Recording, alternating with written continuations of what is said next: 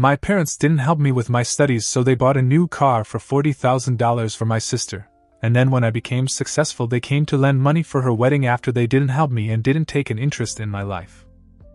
Growing up, I always thought my parents were fair. I mean, they weren't the richest, but they made sure we had what we needed. Or at least, that's what I believed. But everything changed when I turned 18 and told them I wanted to go to med school. I still remember sitting at the kitchen table, excited and nervous, showing them the letter of acceptance. "I got in," I said, holding the letter like it was my golden ticket. "I just need your help with tuition. I'll pay you back, I swear." They didn't even look happy. My dad sighed, and my mom glanced at my sister, who was scrolling on her phone like she didn't care. Then Dad said, "We can't help you, son. Money's tight." I was confused. I knew things were tough sometimes, but they always seemed to manage. "Tight?" I asked. "But you helped Sarah with her college fees last year."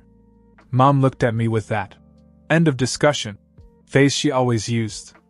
"Your sister needed help. And we've been saving for other expenses." I was about to argue, but then Sarah chimed in. "It's not like you have to go to med school, you know. You could do something cheaper, like IT or business." That's dumb. I wasn't asking for luxury. I was asking for a chance. Later that evening, I found out what those other expenses were. Dad came home with a brand new car for Sarah. It wasn't some second-hand junker. It was shiny, expensive, and way out of their usual spending habits. That's when it hit me. They weren't out of money. They just didn't think I was worth the investment. I was furious, but what could I do? They made their choice, and it was clear I wasn't part of it. That night, I stared at my acceptance letter, wondering if it was even worth it. How could I afford med school when my own parents wouldn't back me? The next day, I made up my mind. If they weren't going to help me, I'd help myself. I started applying for jobs, anything that would pay. I ended up working as a builder for a local construction company. It wasn't glamorous, and it definitely wasn't what I dreamed of, but it paid enough to cover community college classes while I saved for med school. The first day on the job was brutal. I wasn't used to that kind of labor, carrying heavy bricks, mixing cement, working under the scorching sun. My hands were covered in blisters by the end of the shift, and I could barely move the next morning. But I didn't complain. I couldn't. Every ache and bruise reminded me why I was doing this. I wasn't just building houses. I was building a future. Meanwhile, my parents and Sarah acted like everything was normal. Dad would boast about Sarah's new car to the neighbors, and Mom kept asking me when I was going to get serious about a career. I wanted to scream, "What do you think I'm doing?" But I kept my mouth shut. I knew they wouldn't understand, and honestly, I didn't need them to. I just needed to keep going. The days turned into weeks, and the weeks turned into months. My routine was brutal. Wake up at 5 a.m., work a 10-hour shift at the construction site, then take night classes at the local community college. I was exhausted all the time, but I couldn't stop. I had one goal: get into med school, no matter what it took. At work, the older guys used to tease me. "What's a kid like you doing here? Shouldn't you be in college or something?" they'd say, laughing as I wiped sweat off my face. "I'm working my way there," I'd tell them, and that usually shut them up. But it wasn't just the work that was hard. It was going home every night and seeing Sarah living her best life. She'd park her shiny new car in the driveway, talk about how easy her classes were, and complain about how boring her weekends were. Meanwhile, I was breaking my back to afford a single semester.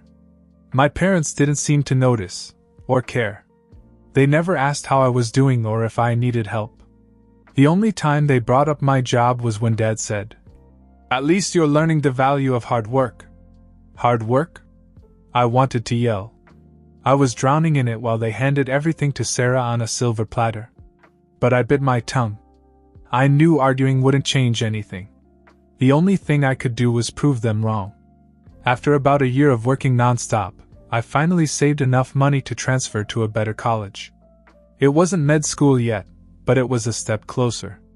I'll never forget the moment I got the acceptance email. I was sitting in my tiny apartment, exhausted after a long day, when my phone buzzed. "Congratulations," it read. "You've been accepted for pre-med studies." I just sat there, staring at the screen. For the first time in a long time, I felt like all the sleepless nights and long hours were worth it. I wanted to call someone and share the news, but who? My parents didn't care, and Sarah would probably make some sarcastic comment about how long it took me to get there. So I kept it to myself and celebrated quietly. The next morning, I walked into work with a little more energy. Even when the foreman yelled at me for being slow, I didn't care. I was finally on my way. When I told my parents about the acceptance, their reaction was underwhelming. "That's good," Mom said, barely looking up from her magazine. "Just don't forget to keep working," Dad added. "You don't want to end up in debt." Sarah didn't say anything at all. She was too busy taking selfies in her new designer outfit. I didn't expect them to throw a party or anything, but a little enthusiasm would have been nice. Still, I didn't let it bother me too much. I'd gotten this far without their support, and I didn't need it now. Getting into pre-med was just the start of a whole new set of challenges. Balancing work and school was harder than I ever imagined. I'd leave the construction site covered in dirt and head straight to class, sometimes skipping meals just to keep up with assignments. There were moments when I felt like quitting. Like the time my car broke down, and I had to walk 3 miles in the rain just to make it to class. Or the time I got sick but couldn't afford to miss work because I needed the money for textbooks. My parents? They didn't ask how I was doing. The only time they called was when they needed something. "Hey, can you send us a little money for groceries?" Mom asked once, as if I was rolling in cash. I wanted to say, "I barely have enough for myself." But instead I sent what I could. I didn't hear from them again until a few months later when Dad needed help fixing his truck. Meanwhile, Sarah was living in her own world.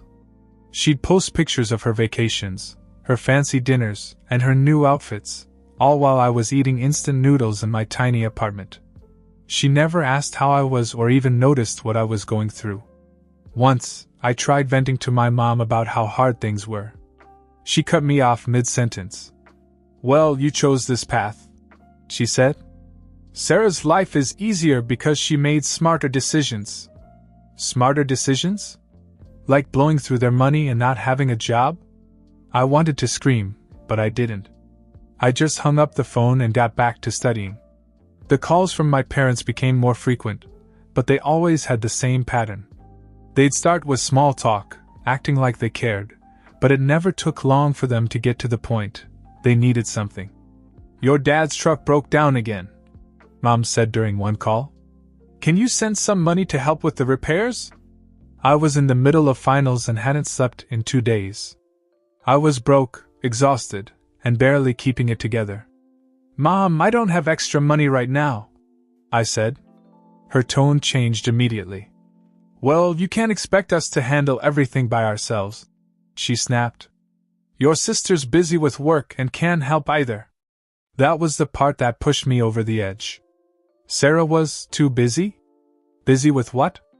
Posting pictures of her new shoes. Booking spa appointments? I started avoiding their calls after that. Every time the phone rang, it felt like another reminder that I was only useful to them when they needed something. Meanwhile, the pressure at school was building. I failed a major exam because I couldn't focus. I started falling behind on assignments, and had to cut back on work hours just to catch up. That meant even less money, and I was barely scraping by as it was. One night, I sat in my apartment staring at my bills, wondering if I could keep going. It felt like the whole world was stacked against me. But then I remembered why I started this journey in the first place. I wasn't doing this for my parents or Sarah. I was doing it for me. After that moment of clarity, I pushed myself harder than ever. I stopped answering calls from my parents altogether. I didn't have the time or energy to deal with their constant demands, especially when I knew they didn't really care about me. I focused on what I could control, my studies. I spent every spare second in the library, taking notes, reading textbooks, and practicing for exams. Slowly, I started catching up. My grades improved, and for the first time in years, I felt like I was making real progress. But life had other plans. During one of my shifts at the construction site, I slipped while carrying a heavy beam and twisted my ankle badly. I couldn't walk properly for weeks, let alone work. My paycheck barely covered rent that month, and I had to dip into what little savings I'd managed to build. When I called my parents to let them know what had happened, hoping for at least some sympathy, all I got was indifference. "Oh, that's too bad," Mom said, not even trying to sound concerned. "By the way, your sister's thinking about getting a new car. She was wondering if you could help her find a good deal." I couldn't believe it. "Did you hear what I just said? I can't even walk, and you're talking about Sarah's car? Well, we just thought you'd know more about those things," she said dismissively. That was it. I hung up and didn't call them again for months.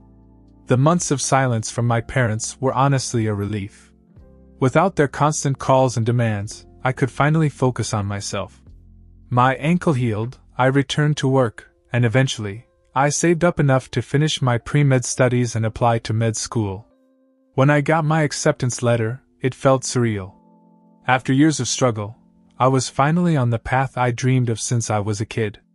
I sat alone in my tiny apartment, reading the letter over and over, letting the reality sink in. I didn't tell my parents right away. What was the point? They'd only find a way to bring it back to Sarah or ask for something. Instead, I threw myself into med school. It was even harder than I expected, but I didn't care. I made it this far, and I wasn't going to stop now. The long hours, the sleepless nights, the constant pressure, it was all worth it because I knew I was building something for myself. Every now and then, I'd hear from Sarah through social media. She was still living her carefree life, posting pictures of vacations, fancy dinners, and endless shopping sprees. Part of me resented her, but I also knew she'd never been pushed to do more. Mom and Dad had always given her everything, so why would she change? As for my parents, they'd stopped calling altogether. At first, it stung, but over time, I realized I didn't miss their calls.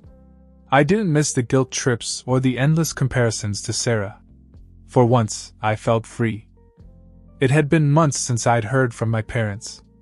I figured they'd moved on, maybe too busy with Sarah or whatever.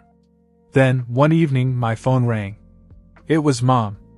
At first, I thought something serious might have happened. Why else would she call me now? I picked up, and she sounded unusually cheerful. "Hey, honey! How are you doing? We've missed you so much." I wasn't buying it. Mom didn't call just to catch up. "What's going on?" I asked. She hesitated for a moment, then said, "Well, Sarah's wedding is coming up, and things are a little tight financially. We thought since you're doing so well now, you could help out a bit." I just sat there for a second, stunned.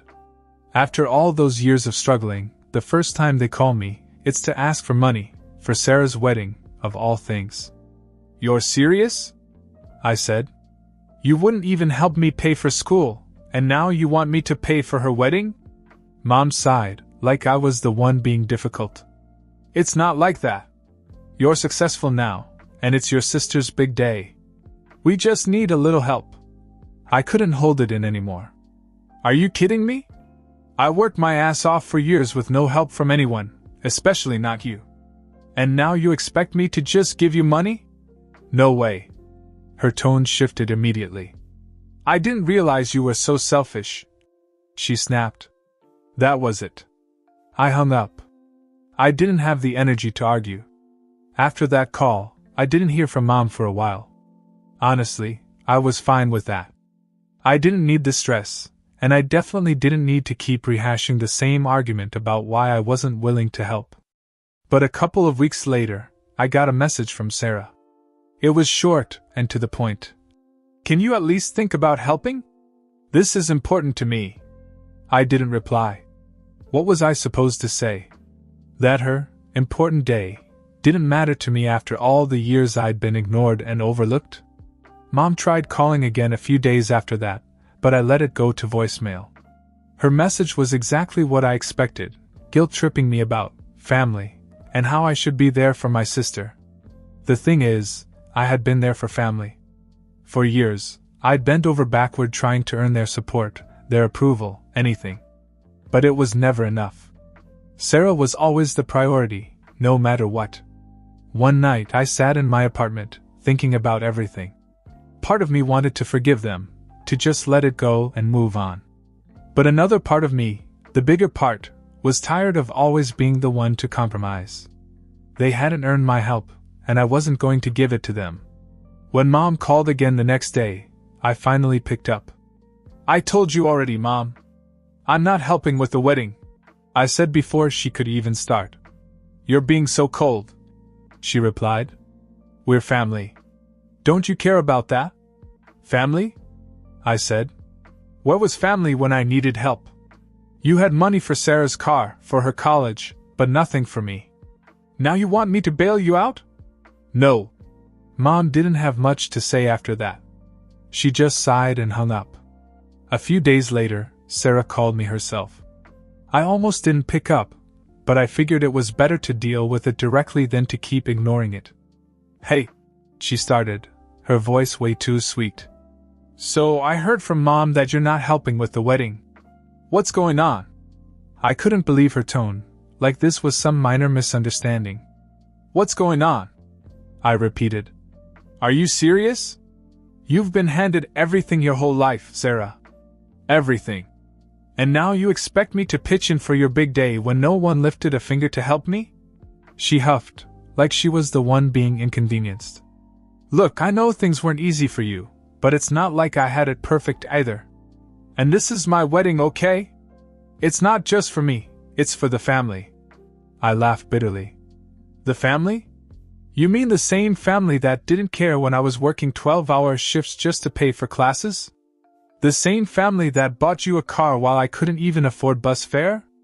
Spare me, Sarah." She got defensive. "I didn't ask for the car.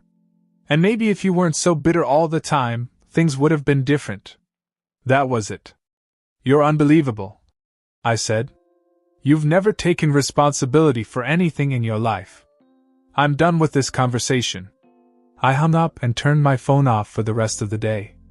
After that argument with Sarah, I didn't hear from her or my parents for a while. I thought maybe they'd finally gotten the message. But part of me knew it wasn't over yet. Then one day, Mom showed up at my apartment. I wasn't expecting her, and when I opened the door, she looked like she'd been crying. "Can we talk?" she asked. I let her in, but I wasn't about to let her guilt-trip me again. She sat down on the couch and started right away. "You know your sister isn't perfect, but she's still your sister. Family is supposed to support each other." I leaned against the wall, crossing my arms. "Mom, I've been supporting myself my whole life. Where was this family support when I needed it?" She started with the excuses I'd heard a million times before. "We were doing the best we could. Things were tight back then." "Stop," I interrupted. "You weren't doing your best. You made choices. You chose to help Sarah and leave me to figure it out on my own. And I did. But don't come to me now, years later, asking for favors like nothing happened." Her face fell, and for a moment, I thought she might actually understand. But then she said, "I just don't understand how you can turn your back on your own sister." I couldn't believe it. "I'm not turning my back on her," I said. "I'm setting boundaries. There's a difference. And honestly, it's about time someone in this family did." She didn't stay much longer after that.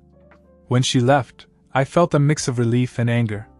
Relief that I stood my ground, but anger that she still didn't get it. After that visit, I didn't hear from Mom, Sarah, or anyone else for weeks. The silence was loud, but it didn't bother me as much as I thought it would. I kept focusing on my work, my patience, and the life I'd built for myself. One day, I got a text from Sarah. It was just a picture from her wedding, a big, extravagant affair with smiling faces, a fancy venue, and her in a dress that probably cost more than my first car. The caption said, "Wish you could have been there. Still love you, though. I didn't respond. I stared at it for a while, though. Not because I felt guilty, but because it reminded me of how little they'd ever really understood me. A few weeks later, I got another call. This time, it was Dad. I almost ignored it but decided to pick up. "Hey," he said, his voice quieter than usual. "I just wanted to say that I wish things hadn't gone this way.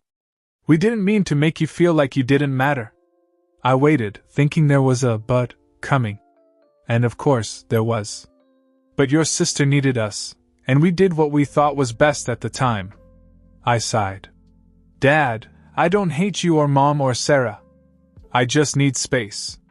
I worked hard to get here, and I can't keep pretending like the past didn't happen." He was quiet for a moment, then said, "I get it. I really do. I just hope one day we can all be close again." "Maybe," I said. "But it's going to take time." I hung up, feeling a strange sense of closure. For the first time, I felt like I didn't need their validation anymore. I'd made it on my own, and that was enough.